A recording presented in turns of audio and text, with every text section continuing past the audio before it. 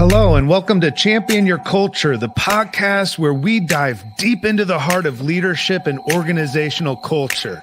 I'm Ryan McCarty. And I'm George Rogers. Together, we're here to guide you on a journey of personal and professional growth. Every week, we bring you insights, stories, and strategies to help you and your company thrive in today's dynamic world. So whether you're leading a team, running a business, or just eager to make a positive impact, you are in the right place. Let's jump right into today's show and champion a culture of purpose and passion. Welcome to Champion Your Culture.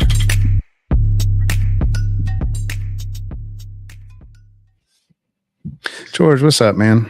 Good morning. Good morning. How are you? I feel like I just woke up. I know. Yeah. I just feel like I just woke up though, like food comas. And... You did. One of those nap pods that we have. Yeah, the nap pods are good. You know, yeah. Thankful for. I've actually seen the bean bags. I've seen employees like taking naps on the bean bags for sure. They need to. You know, in other countries, they recommend, and even in some workplaces, they recommend that 30, sometimes a 15 to 30 minute siesta. Nap. Oh yeah, because you get back up and you're just like energized. You're ready to go, like ready to perform. It's interesting that though we're taking naps to perform better at work rather than to rest. Yeah, it's a kind of an interesting dynamic where it's like, no, you should really take care of yourself. It's not about taking a nap so you can perform better, although that does help. Yeah. I'm sure. You know, if I take too long of a nap though, then I feel like I have to start my whole routine over. Like I gotta go to the bathroom, gotta shower. Yeah. What's the cutoff from a nap to I was sleeping? I think anything like past 31 minutes. 31? Yeah. 29 and 31 is that minute where you're gone. Yeah. And if you don't have an alarm, you're probably going to be going a little bit longer. Yeah. I've seen some people sleeping in those beanbag chairs around the office, And I would say this, like a lot of companies were like, well, culture's not ping pong tables or beanbags, and it's not. Yeah. But that doesn't mean you get rid of that stuff. It may not be the culture, but it could be, hey, how are we providing the well-being? Yeah. Exactly. Like our slide that's over here, that's well-being define the culture, that's mental health for me. Going down the slide. Yeah, it's just like let it go. You hit the bottom. Yeah, until you hit the bottom. Yeah, if you don't have the brakes ready, man, whatever shoes you got on, your bottom. Yeah, I went flying, it's man. Bottom on bottom. So the slide is something you can't intense. wear those slick dress pants because I've done that before. I came in, I was speaking somewhere, and I had those pants on, and I went down that slide, man, and it's like shooting a rocket. I was gone, man. You're in the fishboard room. I was flying. Well, I'm glad to be back because I spent some time in Mexico. That was beautiful. Got my little, tan going on. I feel red today though. Well, I went to the gym and I was working out and I feel overheated. I'm still overheated. Still overheated? Oh man, I'm overheated, man. Yeah. That's a good thing though. I feel like I'm burning up and I'm drinking hot coffee. Yeah, that doesn't help. It doesn't help. But we are in a nice cozy room. It is cool. Thankful that it's freezing. The studio, it is freezing. It is freezing today, and I like it cold. Yeah, I like it cold, but it's been good. You were in Mexico the last couple of weeks. I had the opportunity to be in Vegas. Yeah. Talk about that. And Unleash. So shout out to the Unleash team. I was very fortunate to be able to MC the main stage there. I had a great opportunity. Met a lot of great speakers. Who'd you interview? Go ahead, and brag. Let it out, man. Brag. You're headed toward it. Just there. Just say it if you're gonna say it. Shout out to Magic Johnson. He was he's a legend. I grew up watching him and being an inner city kid from Lansing, Michigan. Yeah. You see how I said it? You were almost going to get me to say that state, but it ain't happening. Football season, it's under 100 days. Buckeyes are coming back. Michigan. And, Michigan. No, but I've been around a lot of people, wealthy people. And I have seen some pridefulness. I've seen some very meek and humility, clothed type people. And humbly, Magic Johnson was just that guy. He was real. Yeah. He said some things to me that I'll take behind stage that I'll take with me for the rest of my life. It was very encouraging. So that was a great opportunity. That's awesome. We were supposed to sit down on the couch. He's like me. He was in the crowd. And I loved it. We got to stand in front of the crowd, walk around the crowd. and just have a conversation. It was very cool. So shout out to Unleash, shout out to Mark Coleman. That's fun. Abby, all those great people. Paula, I'm gonna start naming them all, and I ain't gonna remember them all, but shout out. You've been working. I went on vacation. You've been working because then you went. Then I went to for UKG. UKG. Shout out to Alina Roth, Julie, and Chaz. Chaz, man, that's a whole story. Yeah, we're gonna get into someday. But we're gonna have them on here in the next month or two. On the podcast. But yeah, it was great. UKG is always a great time. They put on great events, and they're wonderful people. They take care of their people. Yeah, their purpose is people, and they show that in how they treat their people, and specifically their speakers. So really was honored to go there down in Hollywood, Florida. I worked on my tan, got me a little massage, a little mani-pedi. So I had a little relaxation as well while I was on there. An awesome hotel and venue that they had. And so shout out to the UKG team. They were phenomenal. That's one of my favorite things, because a lot of times when I travel with Qatar and stuff, we stay in decent places, but when I go speak, they always put you in a really nice spot. It's hard to come home. Yeah. It's like, hey, I'm over here like, hey, can we do another event? Like, what's the next event? Like in a couple weeks. Alina, call me. No, but that is something that I think people need to be aware of is, there is a power in a presentation and in a message and sparking thoughts and ideas around what we're talking about even today, around like having a company cause and how to motivate employees around that. Like when you think about motivation, we sometimes would call a keynote speaker like a motivational speaker, right? So like there is a inspirational, I kind of like the motivational because it feels like movement too. It's like I want to inspire, but I also want to motivate. I want people leaving the presentation with the sense of like, oh, I'm going to start implementing some of that stuff and just trying it out and experimenting with it. And I think that's the idea with everything we're doing is like when we go out to keynote, when we do workshops, and when we begin to implementing anything that we do in companies, right? It's all an experiment. That's really leadership within the context of work or anywhere else. Leaders are experimenting. We're learning as we act, right? We have a plan, we have a strategy, but we learn along the way, which means as we learn, we adjust, we maneuver based on what we learn. So essentially we're experimenting with these ideas, what's working, what's not working. I would say what's not working is toxic cultures where, you have a boss that's a micromanager, and it causes angst, and fear in the work. That doesn't work, right? But leadership with a heart and bringing your soul to work, like we talk about almost every week, it's like that works. Yeah, it works. And so keep working it, and I know though, sometimes we get into, we talked about it yesterday, a skilled incompetence where things that don't work, we keep doing them because we think it's the right thing to do, when in the end, it actually impacts and affects the team and the company in negative ways. Like, for instance, if you do have a leader that's a micromanager, they may be thinking, I need to have my finger on everybody, because that's how I was taught how to lead. And they have a skilled incompetence and they're like got their finger on everybody. It just doesn't work. So the question is like, what's working within the workplace right now, and how do we emphasize that in our messaging? When you go out to do a keynote, that's part of your messaging. I think that matters. I think what we say and the narrative that we talk about impacts the environment and how people engage with us on a daily basis. I agree. Anyway, that's my soapbox for the day. I'm done. Podcast over. That's great. So as we're talking about this and we dive into this conversation, the really fun and the calls within the workplace that helps you really define what I like to look at it as is creating that motion for me. What's creating this motion that allows us to really have a sense of purpose as employees, right? We're creating that meaningful workplace culture to where individually I now have a sense of why I'm doing something. Right? There's a purpose behind it.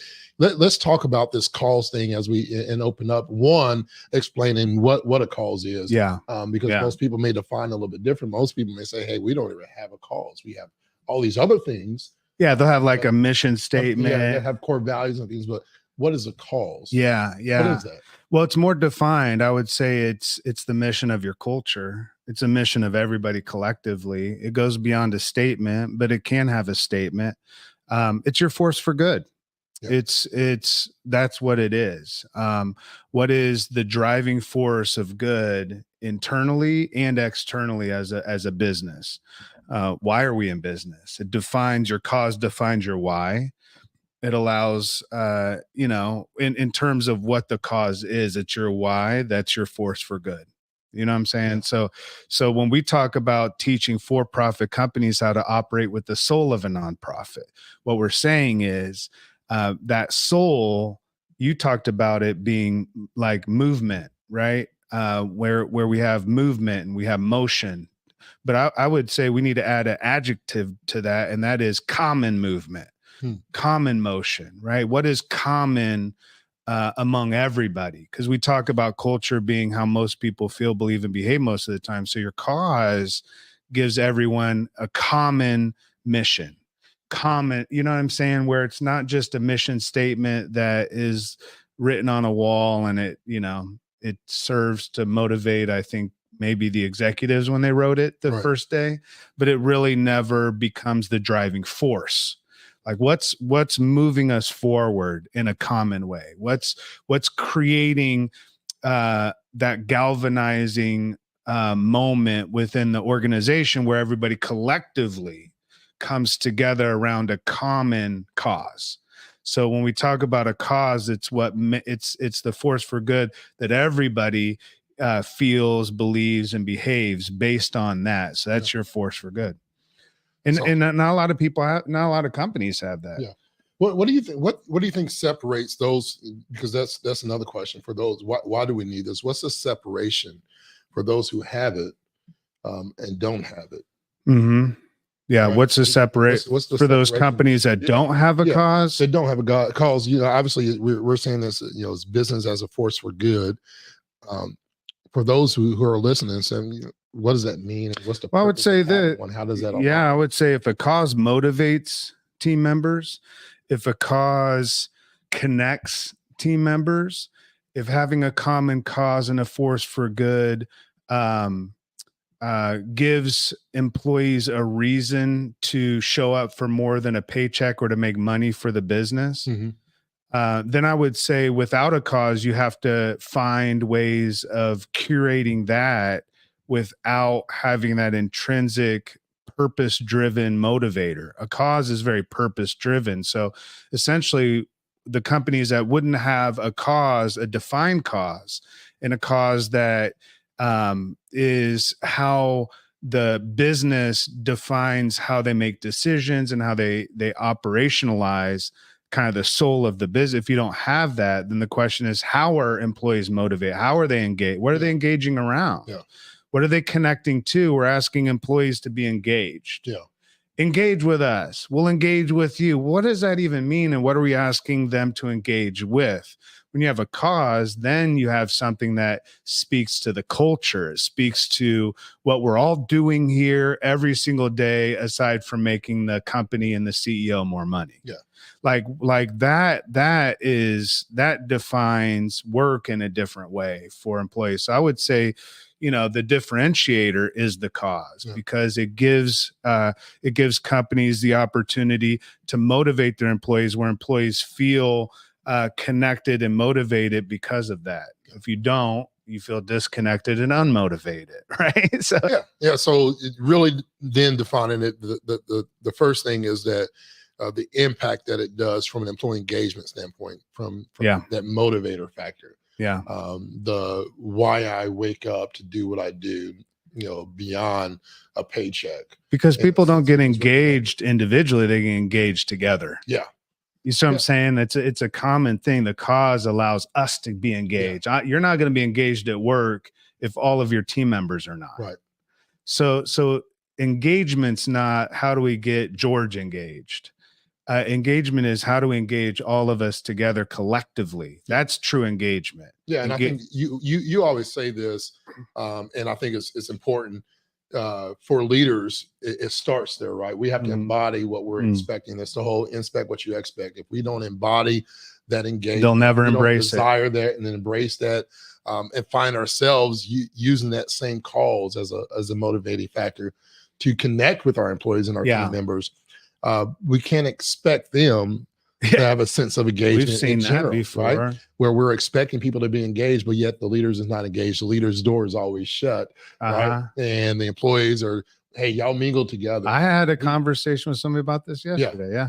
And so it's very important to get there. So what we're saying, this cause then becomes a centerpiece or the beginning piece of what employee engagement is before employees can be fulfilled, because everybody wants to jump to how do we get everybody all in and how do we get our employees loving what they do. And it first starts with a power of connection. How are we connecting? The cause is the connecting piece. That first step is how do we get them engaged? Before they can become efficient, effective, and engaged, they must first be connected with the cause. Yeah, it's one of our promises, our promise to care about people in the world around us. Well, that's the part of the scope of work in terms of where work is headed, more robotics, automation, AI.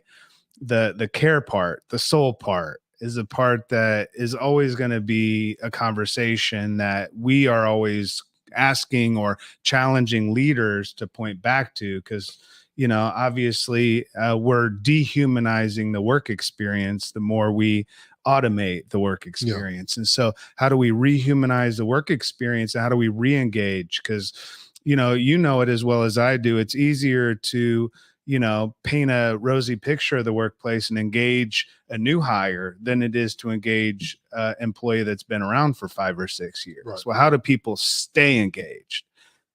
That's the key, because if you don't have people staying engaged, people that you're wanting to engage at your hiring are going to feel it when they get into the culture. But when you get hired into a workplace where people have been working there 5, 10, 15 years, like we walk around here at the Huddle, TCC, some of the employees 20 years, and they're highly engaged in their work. They believe in the purpose. Not everybody. It's not perfect, right?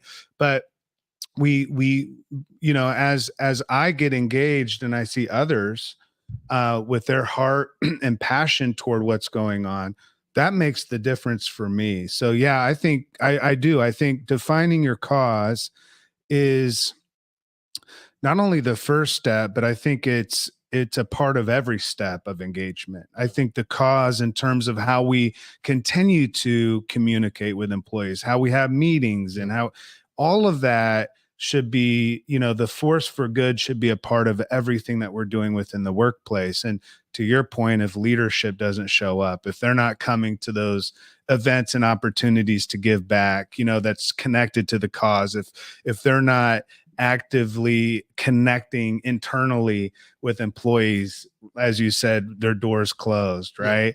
Like that's the opposite of what we're talking about here. A cause gives everyone an opportunity to do this.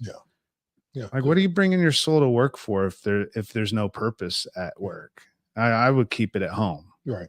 If all I do at work is do my task list so I can get a paycheck every couple weeks, then I'll never get to this point.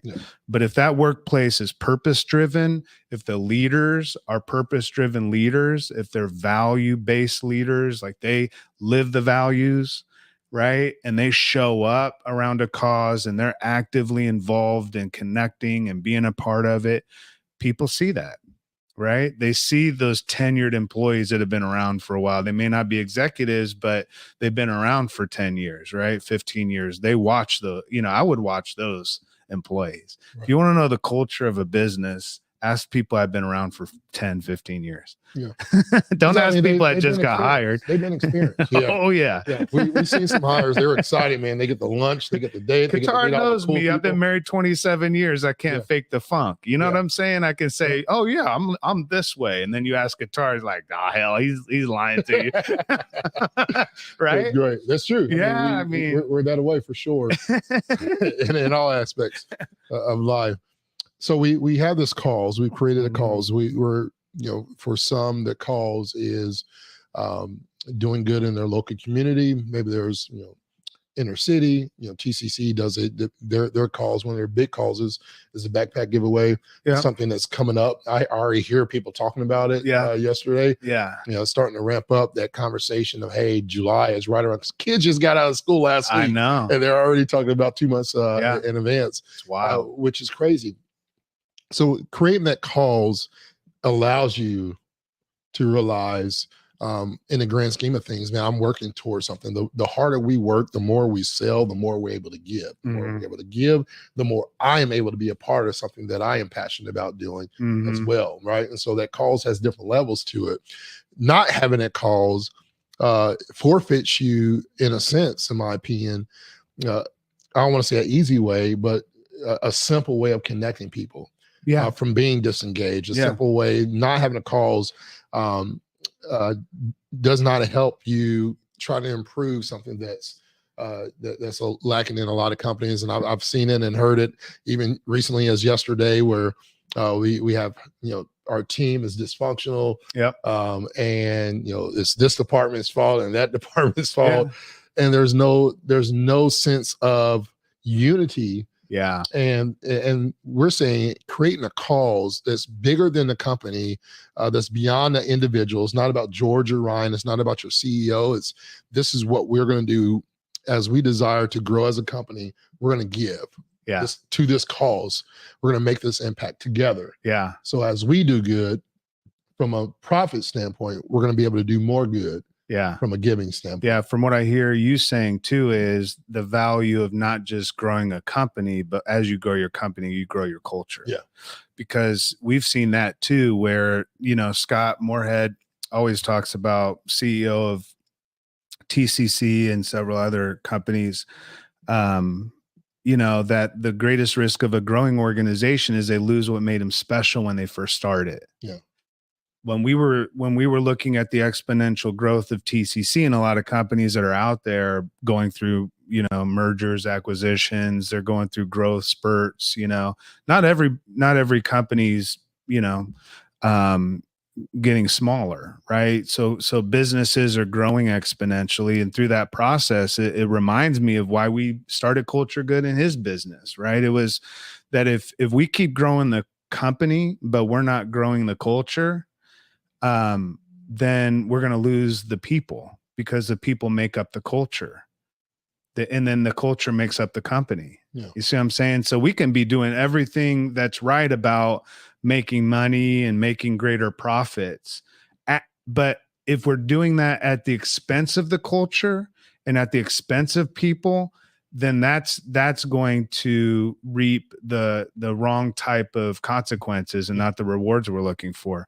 Ultimately, what we want to do is we want to say, okay, as we're growing the company, we're also growing the people side of the business and the culture side of the business. Your cause is that motivating force, that force for good, that the reason why people do connect.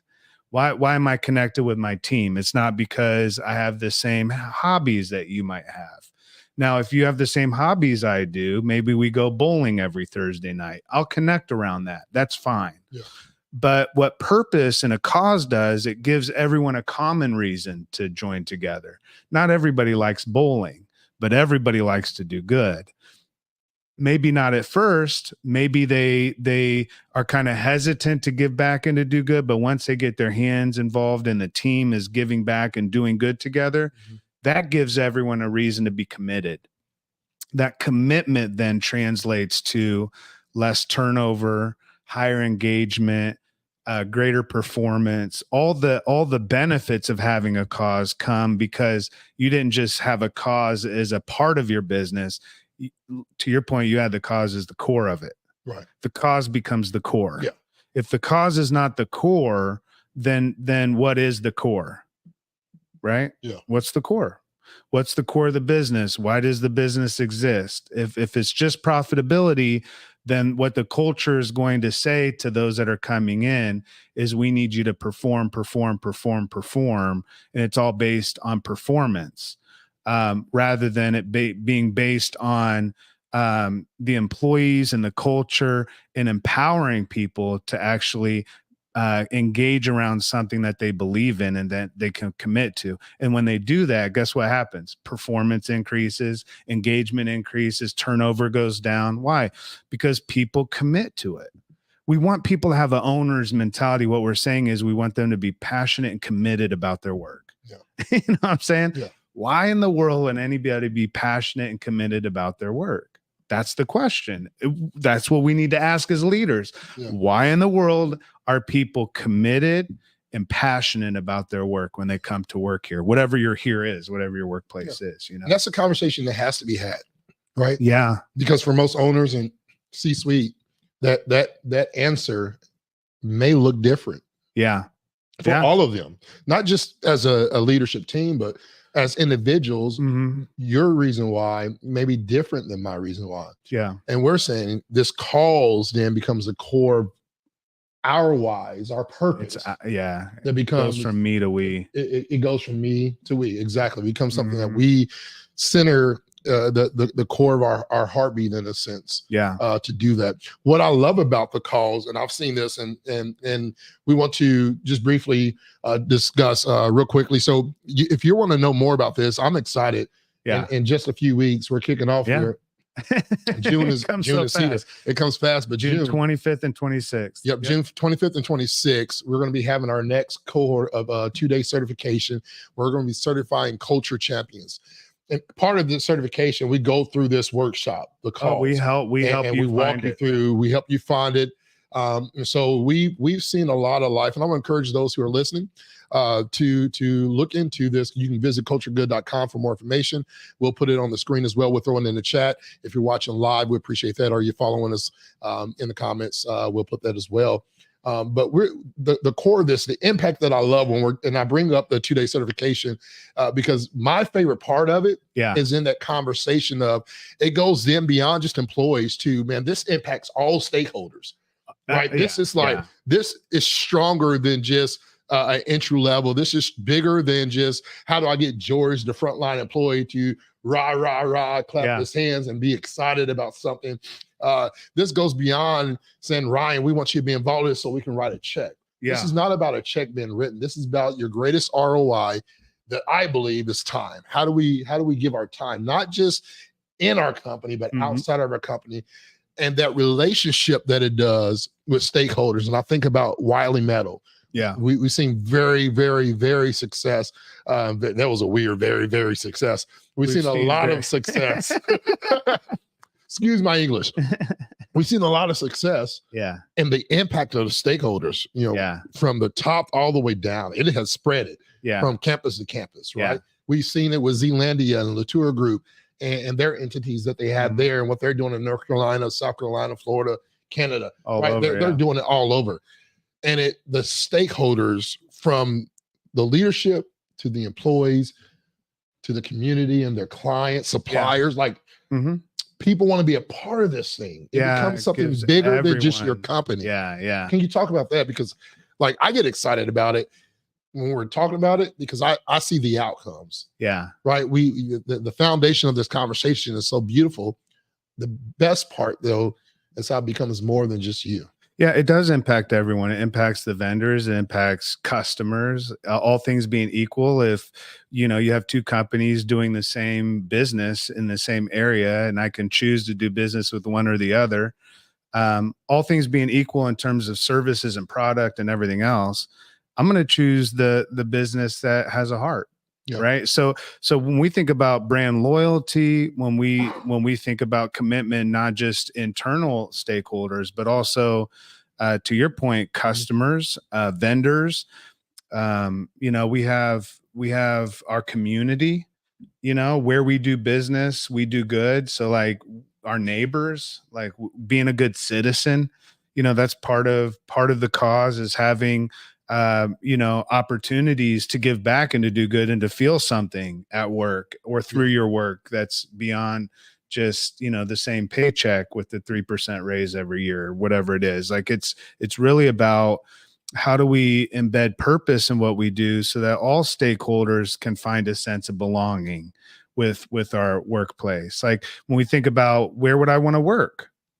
Would I want to work somewhere that, again, all things being equal, paycheck similar, benefits similar, but this one company of the two is purpose driven, and there's a cause and people believe in it and they show up to work and they're passionate. Well, where am I going to build a commitment and a connection to, like that's employees, but all, and it goes, into the community as well. Like, does it matter to you as a business, whether your community members and whether your neighbors see your business as a good business, as you being a good citizen, that you care?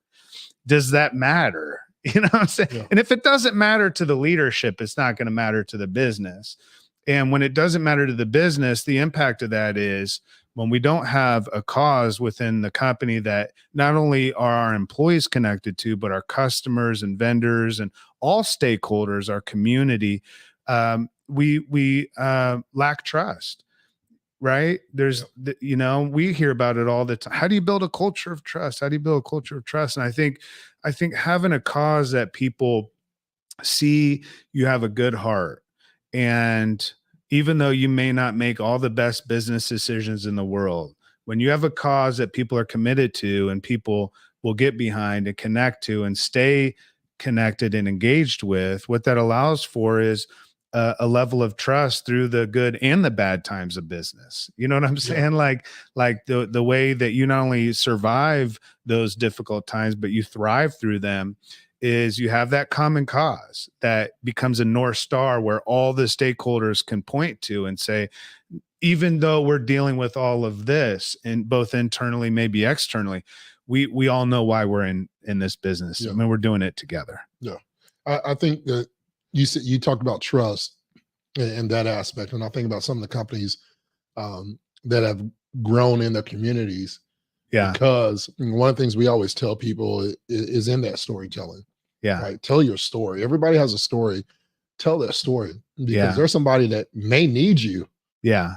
Because the calls that you have may align with them. Or, hey, I had a family member that was going through something. We have, calls this here, and we have groups here that are doing things in the cancer area, right? Yeah. Your sister has a team that she's doing things with with brain injuries and things of that nature. Everybody has certain things that if you just tell your story, man, it's so much greater. And I've seen organizations create a level of trust within their communities, right, through their calls. Yeah.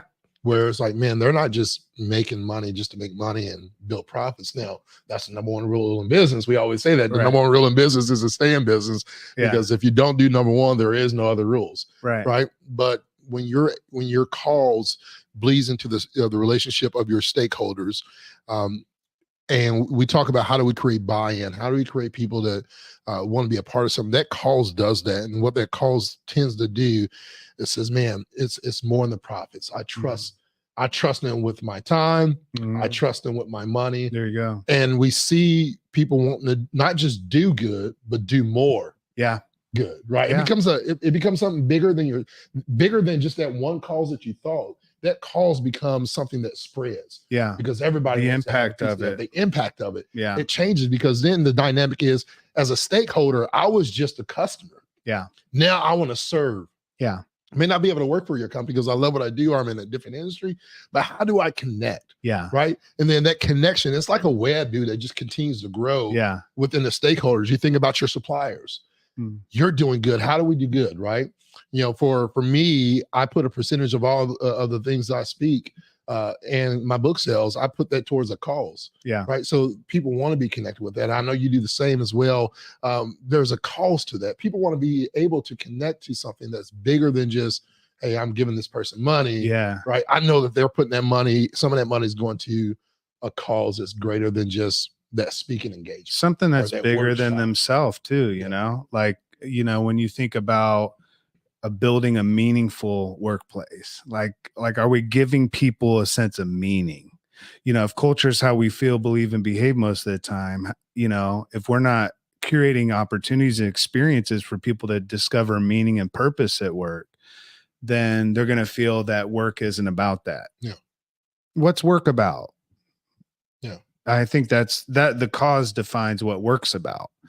That it is about, okay, we do need to make profits, But as we make profits, we have to build on the purpose of why we're making profits in the first place. It's what that I've coined the term purposability. It's profitability driven by purpose and purpose driven by profit, right? That profit's not doesn't it can actually be a catalyst for good. It's not something of evil, right? Like greed is evil. Profits can be a force for good. It could be a part of that cause. And to your point, the 4 T's that we teach, your time, talent, treasure, and testimony, given toward a cause, people are going to trust your business more. They're going to trust the leadership more. It's a trust builder. So cause not only like leads toward engagement, it leads toward an ongoing engagement. And the only way you have that is through trust. People don't stay engaged unless you build a culture of trust within your business. Right. Yeah. So cause really leads toward both of those, engagement and trust. And I think, people want to feel valued and appreciated. You talk about that a lot in terms of belonging.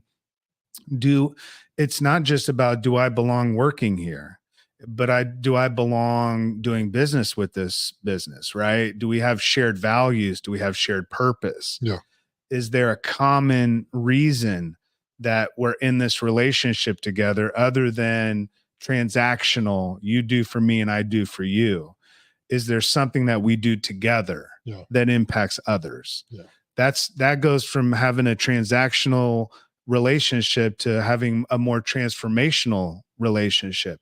What happens when you're not just another team member that's helping me get projects done, so I help you get your projects done? What happens when you're a team member that we go out and serve together? Yeah. We go out and give back together. We go out and get dirt under our fingernails to make an impact in the community. Now, all of a sudden, that's transformational. Yeah. We have a connection that's different than before we wouldn't have had, right? So the cause gives you the opportunity to build an engagement that people can commit to, but it creates that shared vision and shared purpose. And that then translates to the impact, and people feel valued. They feel appreciated. You have other reasons to recognize people's good work, right? So it's not just, Bill and Sally and 2 other people going down to volunteer, but you got a whole team together, and you start building expectations around it. You start saying, all right, this is our cause. And I want to pause for a moment and say this too. Like, some companies, their cause is like the CEO's pet project. It's not, because maybe the CEO has a passion for something specific, and then, he's like, well, we need everybody involved in doing this good. That's not going to, what we want to do is we want to find common reasons to come together, common passion. That's why I love doing causes that everyone, that resonates with most everyone. May not resonate with everybody. An instance of this is, and we'll give a shout out to Jimmy Rayford with Dealers Wholesale. We worked with them a few years ago, and to help identify their cause. And up to that point, I'm sure they had a mission and vision and values and all of those things. But what they discovered is what they did as a business could have a profound impact on the world. And what they did is they supplied fireplaces and security doors to contractors for their buildings. Mm-hmm. Seems like a business that just needs to focus on fireplaces and security doors, which they do, and they do a really good job at that. I'm sure they have other things as a part of their plethora of services. But what they discovered as going through our Find Your Cause in the 2-day workshop, which again is June 25th and 26th, is that their cause statement that kind of became the force for good within their business is they provide safety, security, and warmth to people. Does it make sense? Yeah. Safety and security, that's the doors, and warmth, that's the fireplaces. But it can also mean other things. It can mean blankets for the homeless. It could mean going down to a homeless shelter and putting security doors in for them. It could be helping security doors at a local school or a charter school that may not have the funds to do it, right? There's a whole lot in that. So now they have a cause statement that actually is a motivator that everyone can get behind and say, oh, that's why we're coming to work. Yeah. Not just to sell another fireplace to a contractor. I mean, how passionate can you get about that? Yeah. Right. You know what I'm saying? Yeah. Because not everybody's passionate about that thing. It may be something that they do because it's a good job. Yeah, but it's not, it's, you know, it's in terms of meaningful work. Right. And there's accountants that are passionate about running Excel files. Yeah. You know what I'm saying? Excel sheets are their thing. They're freaking the sheets, man. Shout out to all of our accountants out there and finance peeps. Freaks in the and they enjoy it. Yeah. And they may be passionate about that. Yeah. But we're talking a common cause, common purpose, this idea of a shared vision and a shared reality that we're all working toward to make an impact together. That's what really makes the difference. But yeah, to your point, all stakeholders need to be involved in that. And I think the next thing that you know, when we talk about cause is how adaptive is the company. Okay. You know what I'm saying? Like how connected are they? When we think of it being adaptive, it might mean that we're quick to change. But what the cause does is allows us to be adaptive in areas of our business, but what doesn't change is the cause. Mm-hmm. So it allows us to be adaptive, but allows us to continue, like I mentioned earlier, have that North Star. We still have the purpose. We still have a defined shared vision and a shared mission. So while change is happening in the organization, it's going to. You know, we talk about change all the time and how we don't just lead the change on a project side, but we lead the people side of change. Yeah. And when we're leading the people side of change, having that cause galvanizes the team through difficulty. Yeah. Or maybe not through difficulty, just through change in general. Because not every change is, you know, necessarily a bad thing, right? I think you convinced me that the change is really a reflection of the leadership and how we value it and or perceive it to be, right? Mm-hmm. If we look at change and it's negative, change is going to be negative within the organization. If we look at change as a challenge, man, this change is going to be challenging, then the employees, that's what you're embodying. It goes back to you, hey, what you embody, the employees focused on it. That's what the employee is going to have. So your perception of whatever that change is what the employees are going to see, right? Everything rises and falls on leadership. And so if you're embodying fear, intimidation, lack of motivation towards that change, because here we are again, right? Sometimes as managers and leaders, we embody the stress that we feel above, and we're kind of torn in between, hey, I'm an employee, right, and I don't like this change, but here we go again, right? Yeah. And then there's some changes like, yes, this is my idea, right? Yeah. My ideal change is always the greatest, right? Because you understand it, you know, the sense of the root of, you have a little bit more of a connection to that change.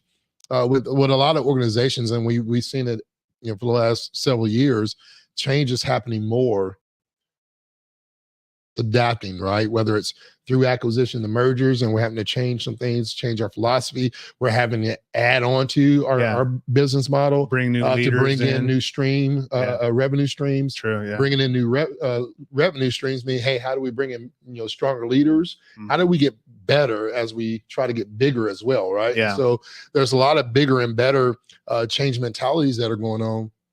And with those things, there has to be a clear communication. You're saying, hey, this cause becomes the focal point of why we're making this change. This change is going to help us propel us to do and act towards this cause together. Because if you don't have that, then everything becomes fragmented. Yeah. Because through change, people generally move into change and the challenge of change with fear. And so when there's fear, we connect less with each other. When there's fear, we don't speak up when we should or when we need to, for the team's sake or the business's sake. When there's fear around change, it becomes a opportunity for us to either become more solidified as a team or more fragmented.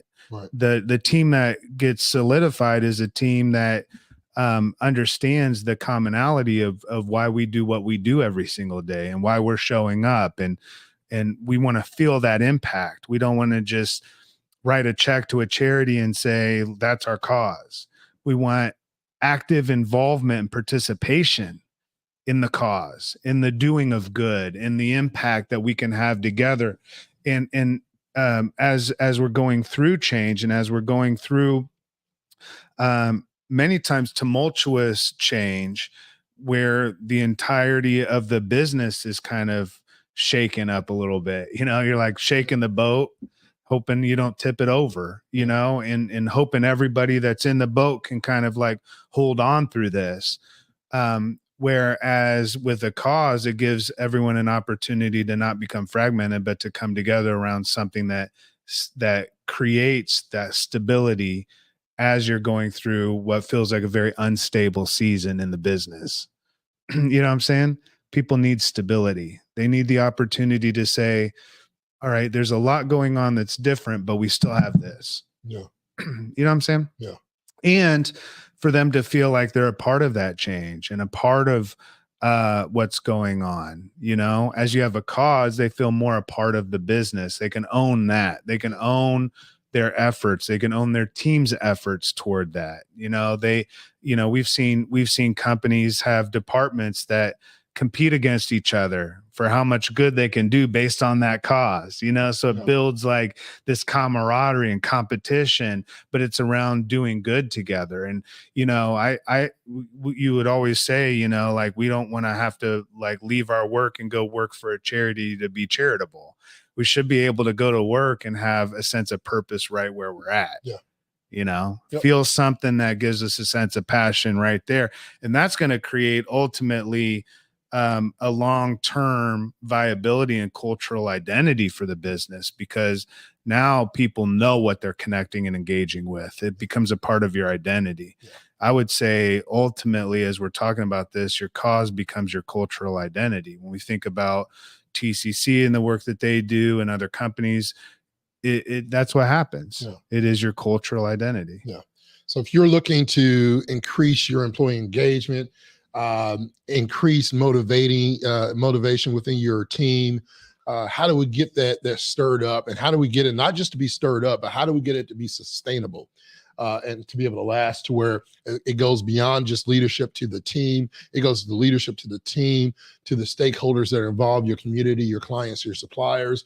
And it really becomes a movement within your organization on why, when you go through change and you're going through, some acquisitions or mergers, that cause becomes the core of your why. It becomes the center point of what you come back to and why you're doing it and all those things. And so if you want to know more about this, again, June 25th, 26th, look for more information, culturegood.com, 2-day certification, become certified. This is just a glimpse. This is just part of the many workshops in this 2-day certification that's really going to help you align with what Culture Good is about and how you can do business and have the business as a force for good within your organization as well. And so t-shirt, business for a force of good, promo on the t-shirt as well. So we want to encourage everybody. We're going to be having more of these conversations going to continue next week. And really want to encourage people to join us. We want to thank everybody that's been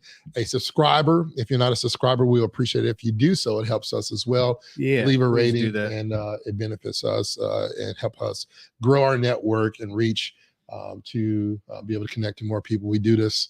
It's not monetary. We do this because we love people and we love to give what we have. Gives us a sense of common purpose and aligns with our values, you know? And so, I really appreciate everybody jumping on today.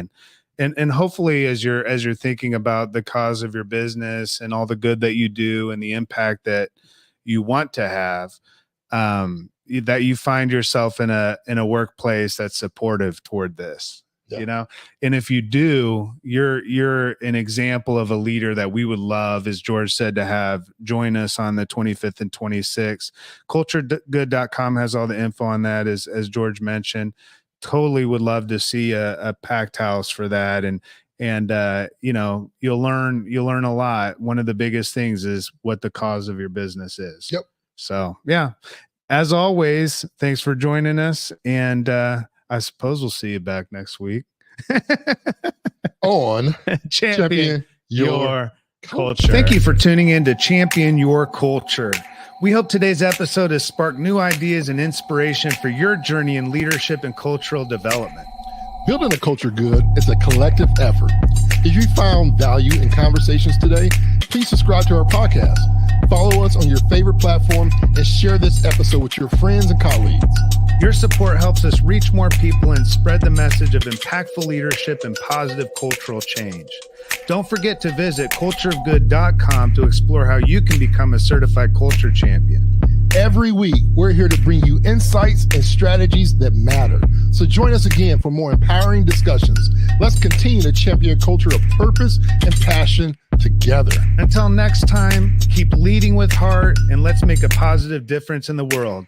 And we'll see you next week on Champion Your Culture.